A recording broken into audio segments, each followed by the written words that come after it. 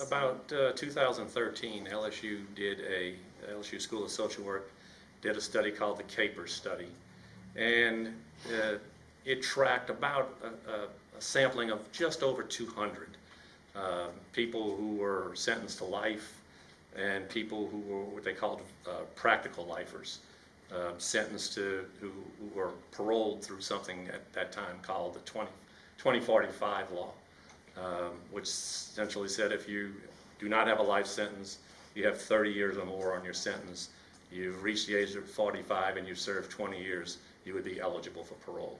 The lifers that were released in this were people whose sentences were commuted by the governor. They went through the clemency process. That is one of the reasons the sample was so small, because over a course of 25 years, they probably had less than 200 over 25 years. So when people say clemency, the sample is very small. Clemency, and they used to like to say clemency is like winning the lottery. That's how difficult it is.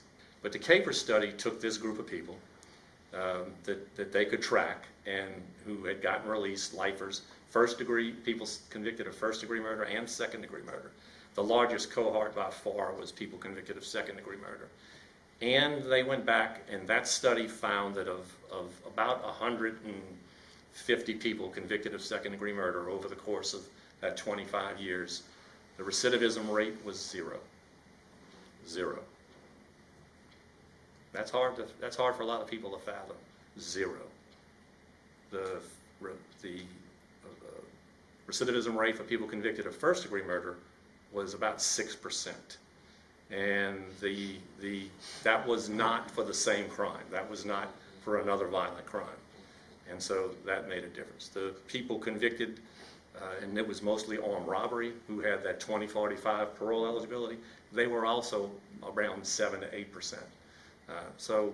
And the Department of Corrections' own statistics kind of bear this out. So national studies have also shown that people who have been convicted and sentenced to life in prison have the lowest recidivism rate nationally of any group of prisons. So that kind of flips that. Who's the highest risk? Well, somebody convicted of a violent crime must be the highest risk. They're more prone to commit another crime. It's just the opposite.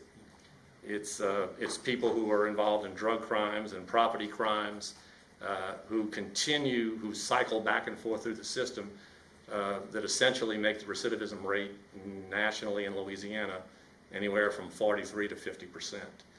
The Department of Corrections' own recidivism statistics they measure from release to 5 years out. The lowest group of prisoners, the recidivism rate for people convicted of violent crimes, now these are not lifers because they don't get released or paroled, is right at about 8%. That's the lowest of any category. The recidivism rate for people convicted of sex offenses is right about 10%, I want to say. Again, the second lowest. And if you look at property crimes, drug crimes, other types of crimes, it's in the 19 and 20%. When you add all those up, that's how you get into the 40%. The Bureau of Justice Statistics does national statistics on this, and it is one of the lower categories. It is well below drug crimes. It is well below property crimes. It is well below other types of crimes. So it's the only thing lower, believe it or not, is homicide. I'm going to tell you, of all the lifers serving life in Louisiana, 49% are first-time offenders, first-time felony offenders, 49%. That's significant. It's higher for the people serving life for second-degree murder. It's actually over 50% for people serving life sentence for sex offenses. So it's a significant issue to consider, because Louisiana is the only state in the nation that mandates life without parole, and I'm going to say this, for second-degree murder for a first-time offender, for aggravated rape for a first-time offender. Wow. So it's the only state in the nation that does it. So it goes to say that only about 20% of the people who are convicted of violent crimes are what you would call violent criminals, career violent criminals. There's no